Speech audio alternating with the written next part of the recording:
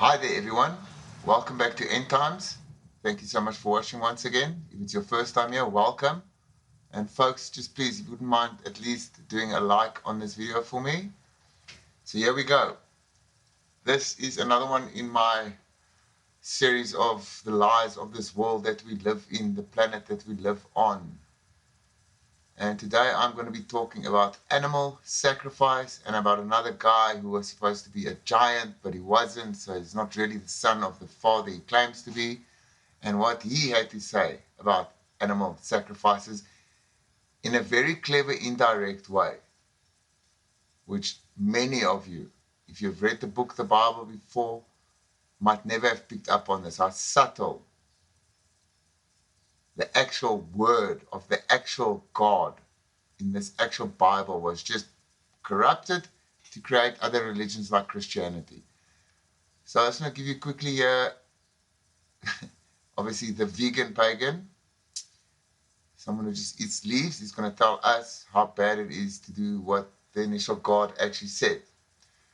So they're talking about modern paganism has more than a few bloody roots. The early Celts practiced both animal sacrifice and human ritual killing. And they might well have engaged in ritual cannibalism under extreme circumstances, as historical and archaeological evidence attests. That last sentence, as historical and archaeological evidence attests, that means that history and archaeology will prove, skip the human sacrifice even, that ancient pagans used to just be cannibals, just, extreme circumstances. Oh, forgot to cook dinner, honey. Oh, let's eat a baby. Is that an extreme circumstance? Or does that fall under the word might, which might may be 50% I might, 50% I might not. Basically, why I read this to you guys, the first thing, because this is the first thing, did pagans offer animal sacrifice? I put this in Google. This is the first result that pops up, because it's a modern thing about. Okay, let's move on. What is the traditional religion of animal sacrifice? Okay, this is just in Wikipedia, so it's the library of Google. Animal sacrifice could be acts of thanksgiving, appeasement, to ask for good health and fertility, or as a means of divination. It seems that some animals were offered wholly to the gods by burying or burning, while some were shared between gods and humans, part eaten and part set aside. And you would have noticed now already twice in this one paragraph I read, that we're talking here about gods. Gods. And I'm not here talking about gods. I just want to know what's the story behind animal sacrifice. And here we hear gods, gods, gods, gods, gods, gods, pagans, pagans, pagans. Okay, let's go a bit further. Another Wikipedia, the Library of Google. This is the Library of Earth right now, folks. Okay, is animal sacrifice allowed in Christianity? Okay? Although animal sacrifice is a theme in the Old Testament, folks, the Old Testament, according to the people that bring us Christianity, according to the people that bring you the Roman Catholic Church, the Old Testament, according especially to the people that brought you the Old Testament, is the word of the Creator God. End of story, period, point, the end. Okay, this isn't an app that, the New Testament is an app that has been added on to the existing thing, and not to make it better, to distort it. Anyway, it's not about that right now. So I just want to read this to you again. Although animal sacrifice is a theme, it's a theme in the Old Testament, the rise of Christianity brought an end to animal sacrifice in communities where it took hold. The concept of peaceable kingdom found in the Hebrew Bible describes peaceful coexistence of animals such as wolves and lambs. What? You see, this is where they confuse you again with their New Testament garbage.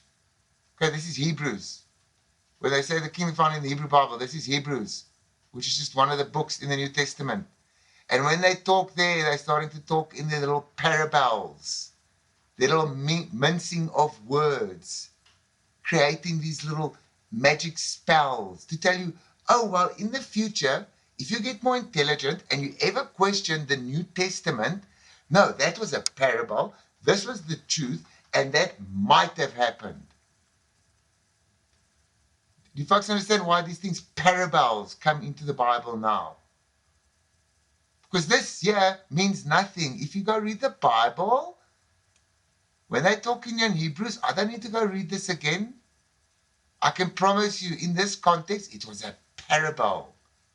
It meant the wolves. You know, when we always talk about a wolf in sheep's clothing, it meant the wolves were just the bad people, and the lambs was the masses. I can promise you that now. And now what? Because your New Testament says this? Okay, cool. I'll call you guys on that. Here we go, folks. Genesis. We have read before through this in a prior video, but we didn't cover the specific little part. So Adam and Eve were created in the second creation of man. If you watched one of my other videos, you saw that there was actually a first creation of people, humans. And only afterwards, another man was created and a woman was made out of his rib, and they lived in the Garden of Eden. And they thought, let's just eat from the tree of knowledge, not of the one tree of life. Especially after all of a sudden they got all this knowledge. But I'm going off track here. Okay. Here we go. So the Genesis 4 verse 2, so Abel and Cain were born. Now Abel, here we go right here in the middle there, Abel was a keeper of sheep, but Cain was a tiller of the ground. So they were both farmers. One farmed with animals. He was a sheep farmer.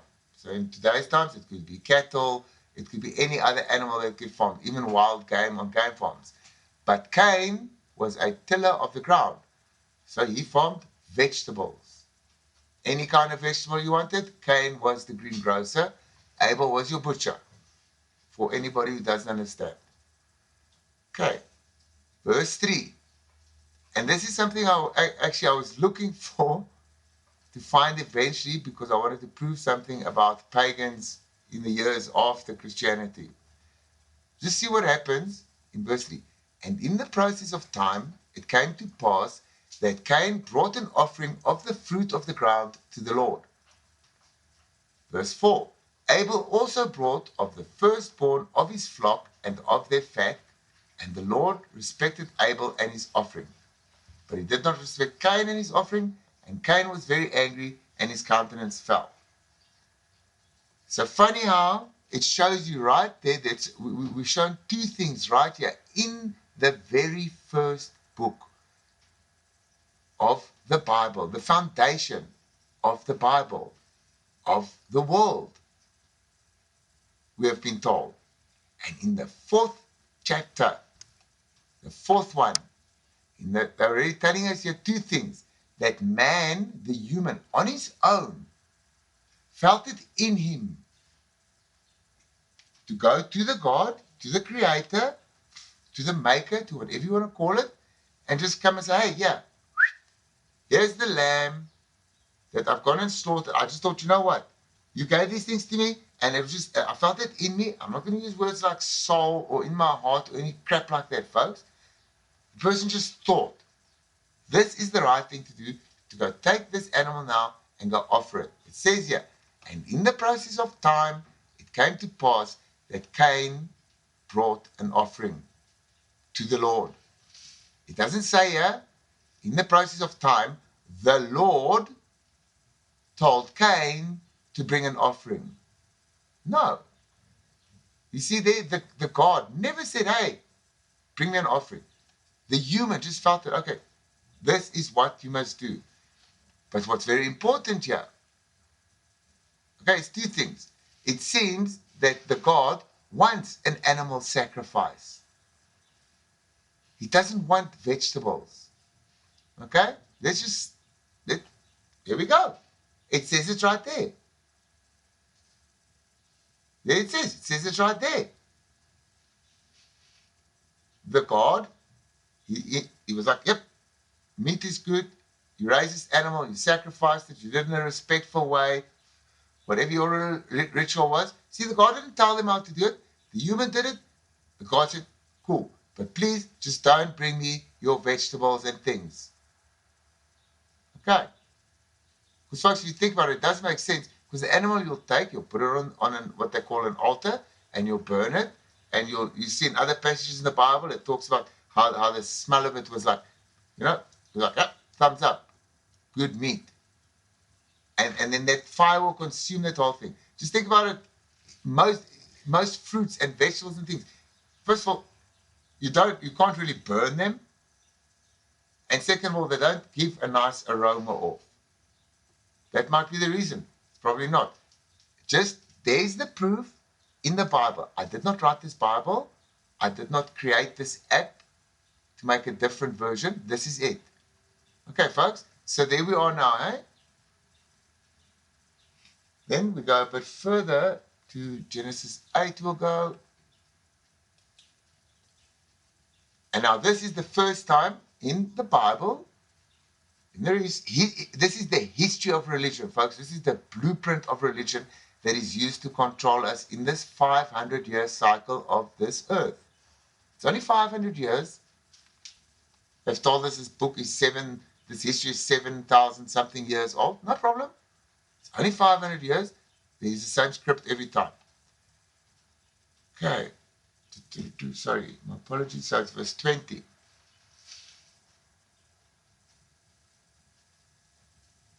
Here we go. Right after the flood. And I've covered the flood as well in another one, and our Noah. So right after the flood. Okay? Once again, see if it tells you here that the Lord, the God, the Creator said he needed to do this.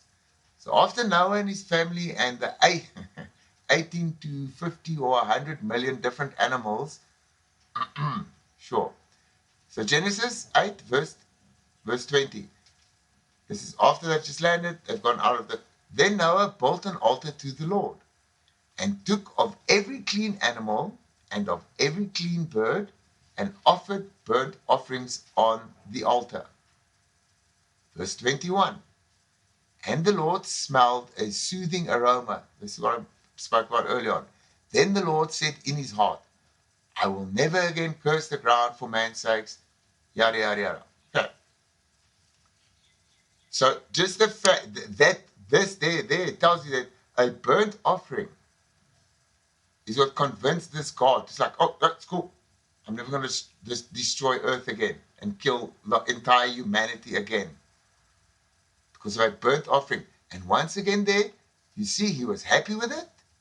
And then the other thing, which you would have noticed, it wasn't, and the Lord told Noah to build an altar and make an offering and burn it and blah, blah. No. Noah, this man, decided on his own, this is the right thing to do. Oh my goodness.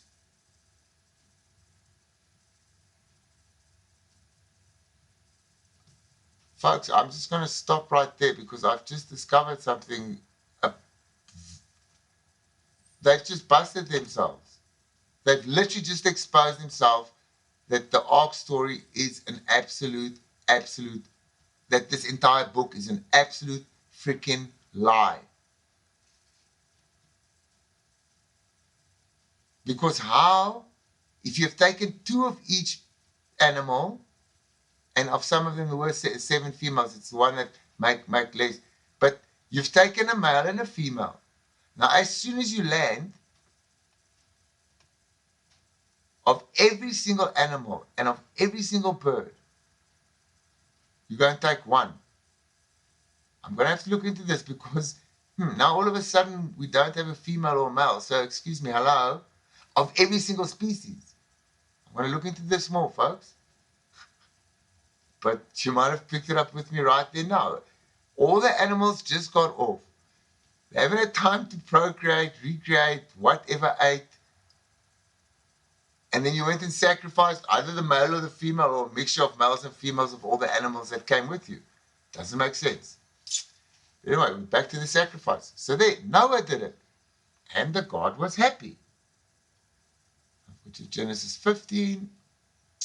There we go. Here is, and just so you know, this man, Abram, Abram in English, and then later on it comes Abraham, Abraham with an H. This is literally, according to this word, according to this book, according to the history of, this is the father of the entire Israeli tribe, of the 12 tribes, folks. Not 3 that are currently occupying Palestine. Anyways, not a story. He was the father. So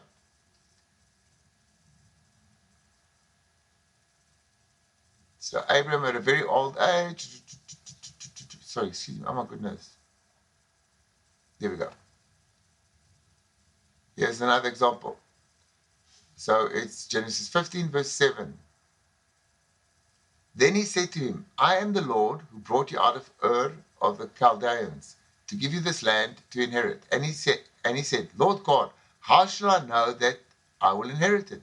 So he said to him, bring me a 3-year-old heifer, that's a cow, a 3-year-old female goat, a 3-year-old ram, that's a goat, a turtle dove, and a young pigeon.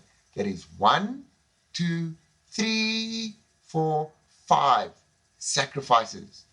Then he brought all these to him and cut them in 2 down the middle and placed each piece opposite the other, but he did not cut the birds in 2. When the vultures came down on the carcasses, Abram drove them away. Okay.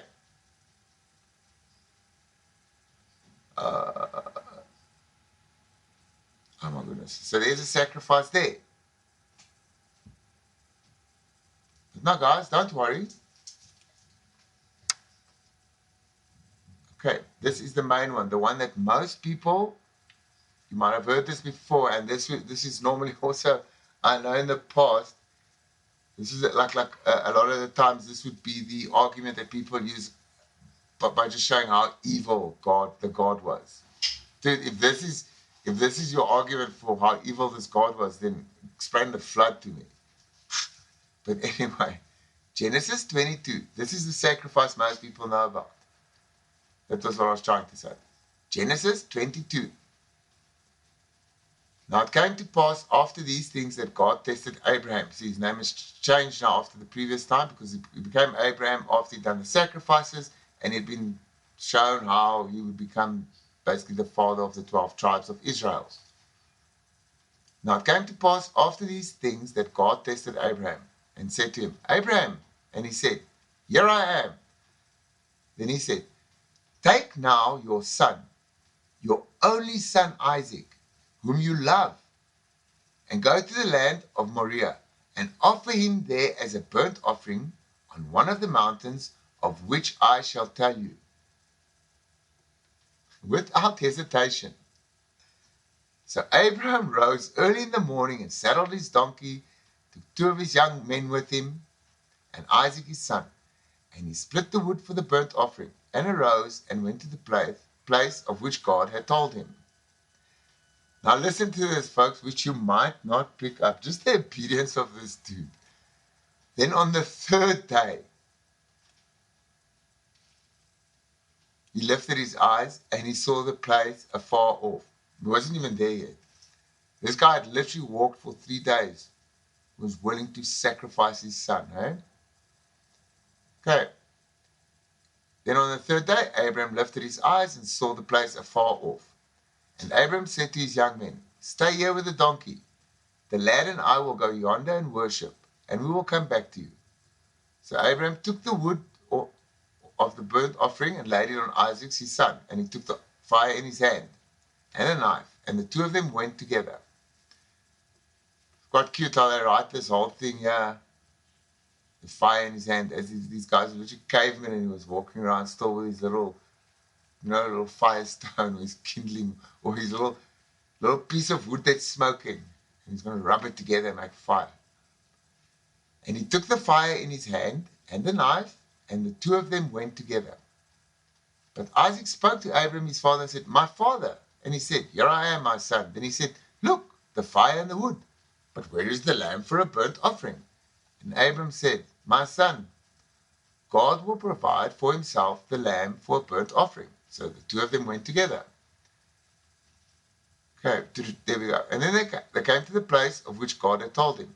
And Abram built an altar there and placed the wood in order. And he bound Isaac his son and laid him on the altar upon the wood. Verse 10, and Abram stretched out his hand and took the knife to slay his son. But the angel of the Lord called to him from heaven and said, "Abraham, Abraham." So he said, "Here I am." And he said, this is the angel of the Lord calling from the sky. Please don't forget, angels, 65 meters tall, folks. It's over 220 feet. And he said, "Do not lay your hand on the lad or do anything to him. For I know that you fear God, since you have not withheld your son, your only son, from me." Then Abram lifted his eyes and looked, and there behind him was a ram caught in a thicket by its horns. So Abram went and took the ram and offered it up for a burnt offering instead of his son. Okay, another offering, folks. This was it was a whole test on Abram and his faith. But look what happens in the end. The Lord, the Creator God, even provided a living animal. He's like, yeah. It's like me coming to you. He's like, "Yeah, take my ram and offer it to me." So please, let's not get confused in thinking that offerings come from God. And man was fine with it. It was initially an instinct of man to be like, "God, here we go. Back in the days from Cain and Abel. Here's a lamb." Okay. Now, folks, I want to get to our little friend here.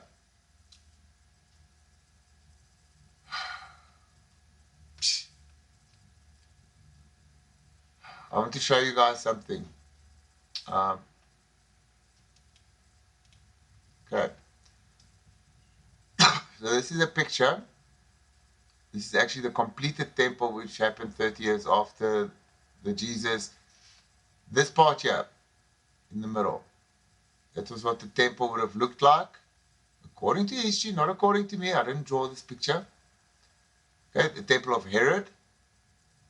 And then afterwards, all this around it. Not that in the back, this around it got added. So this is what it just looks like in the time of Jesus. Because everything else got added by Herod, a big piece. And that only happened, was completed 30 years after that Jesus guy died. Here's next. There we go. See, this is the completed one. But yeah, in the middle, I just want to show you comparison. This little square is the size of a football field. And you see, you'll easily put two of them in there. So from there to there, from there to there, down all the way there. So it's about 100, 200. Okay. Now this area here, folks, that's where the priests go and everything. This area here, it's number 9, the women's courtyard. So it wouldn't even have been in there if it was. That was the furthest they would have been. Okay. Oh, look at chamber of wood. I wonder why. Because you need wood for burnt sacrificings. Okay. These are the temples were set up. You lived in a world where if you wanted to go anywhere, the average man would get on his little, put on his sandals and off he goes. Starts walking. And no one had cars and stuff. So everywhere you went, you walked. Okay?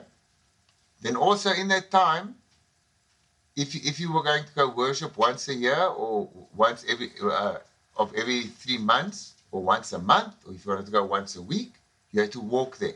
And if you're going to worship, you went there and you brought an offering. You brought a sacrifice. Whether it was a pigeon, whether it was a goat, whether it was a lamb, whether it was like they said the heifer, the big cows. And even if you didn't do it, the priests were doing this. You want? I'm going to show you exactly where, once again, we'll get back to Matthew quickly now. Oh my goodness. So it's going to take a while like that. We're going to Exodus 29. Exodus, this is the time when, yes, the Israelites, the 12 tribes that had been in captivity, we're still going to talk about that one day, in Egypt when they had left. There. Yeah, is when the creator God of these people is giving them all the rules. And they're talking about Aaron. And his family are going to be the priests. We're going to minister over these people, and most importantly are going to be continuously praising the God and offering sacrifices to the God. This is in Exodus, folks, if you don't know. Okay? There. It is literally the second book in the Bible. After in the entire first book, they're telling us you have to make sacrifices. Take one young bull and 2 rams without blemish. Okay? And this was just going to be their initial sacrifice just to cleanse them. So they in Exodus, people were told to bring sacrificial offerings, animals, to the God. Pray as much as you want. They were told to bring sacrifices.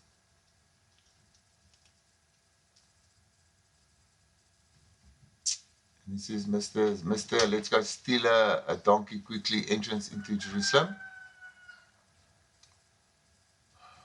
Sorry, folks. There we go. So this is where after he made his great entry into Jerusalem, then Jesus went, this is Matthew 21, verse 12, then Jesus went into the temple of God and drove out all of those who bought. He didn't just chase out the guys who were selling doves and lambs and heifers and rams. Now you'll understand why I said in those days if you wanted to go anywhere, you walked.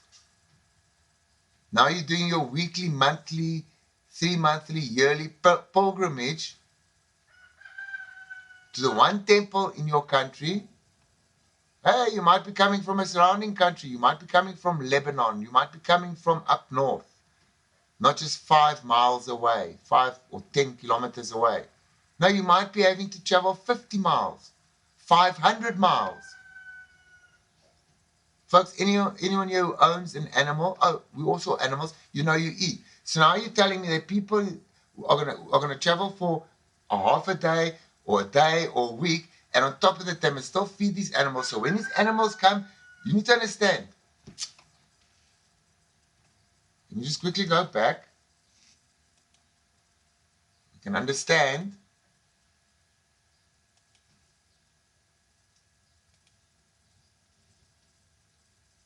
Take 1 young bull and 2 rams without blemish.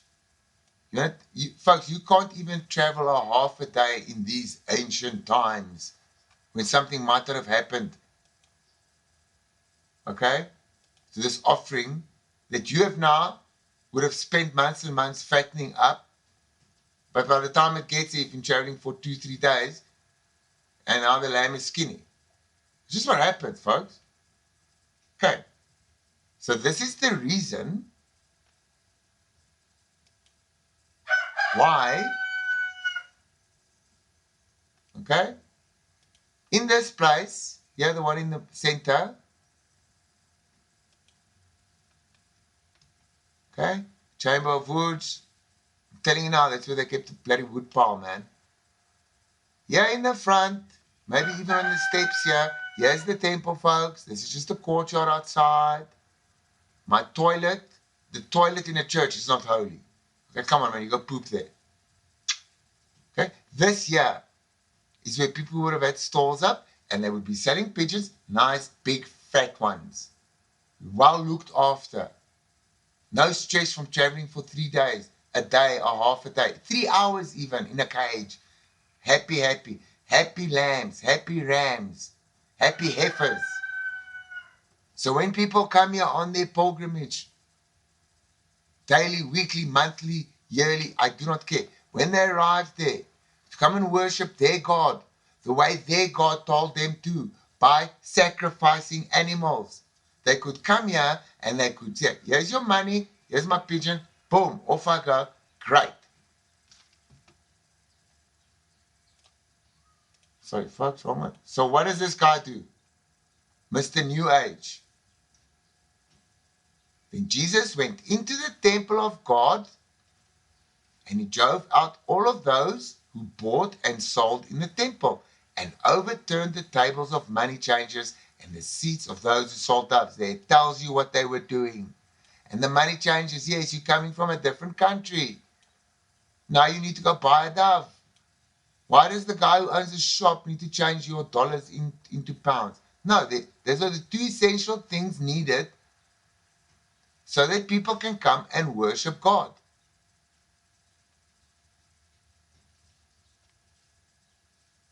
Folks, I think, and then also, yeah, I'm just going to stop there so you can understand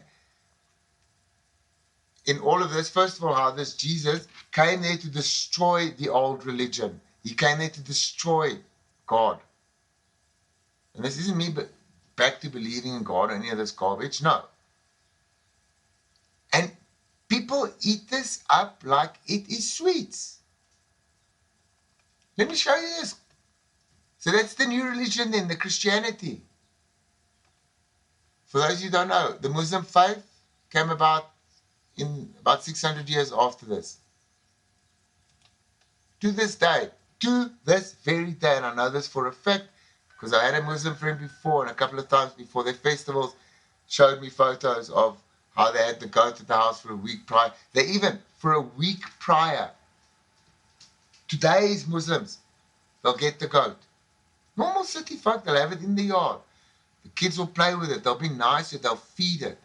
Until the very last, that thing is so placid and happy. I don't know if I pronounce this right. Qurbani means sacrifice. Islamic relief. Qurbani means sacrifice. Every year during the Islamic month of Dhul Hijjah, Muslims around the world slaughter an animal, a goat, a sheep, a cow, or a camel, to reflect the Prophet Abraham's willingness to sacrifice his son Ishmael, Isaac, for the sake of God. Folks, for something like, well, since they started, 1,400 years, for the past 1,400 years, the Muslims have been obeying the creation God's wish to have the sacrifices.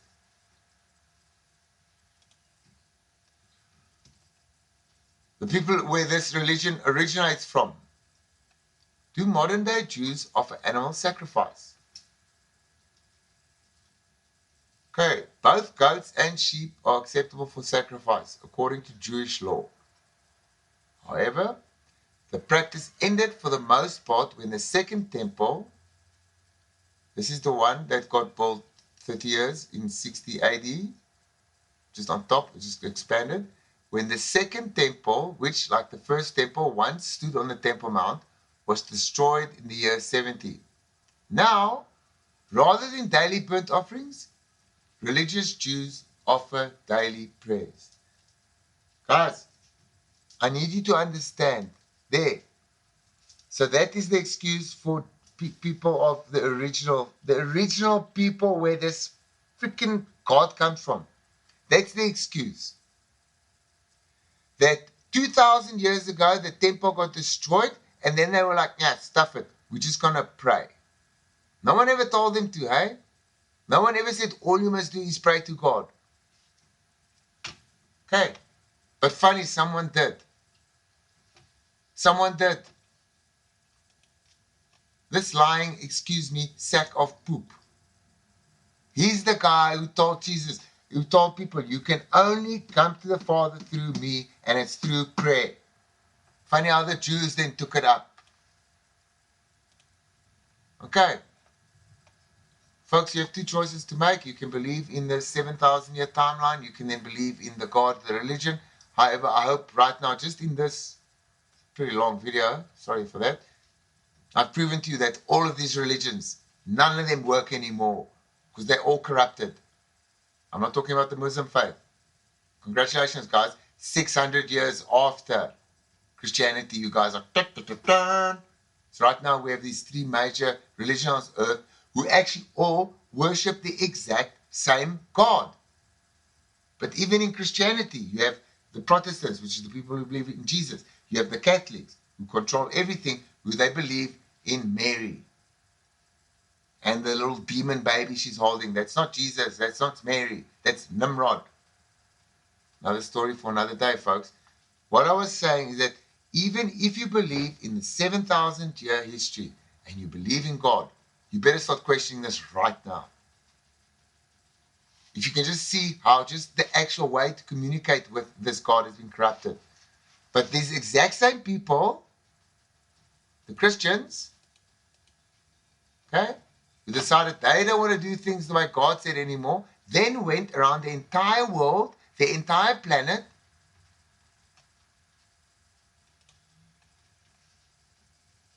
and just went and said, anyone who doesn't worship this God, and I said, oh, obviously they all worship gods. Anyone who doesn't worship this God, you're a pagan, and you're especially a pagan because you're offering animal sacrifices. And they went and they destroyed it worldwide. So this is if you want to believe in the 7,000 year history. Okay, this is all corrupted. The end. And then for those of us who live in reality, well, hopefully with time, you may be starting to look into these things yourself. And I will get it eventually. I'll explain this the way I understand it. We live on a 500 year timeline.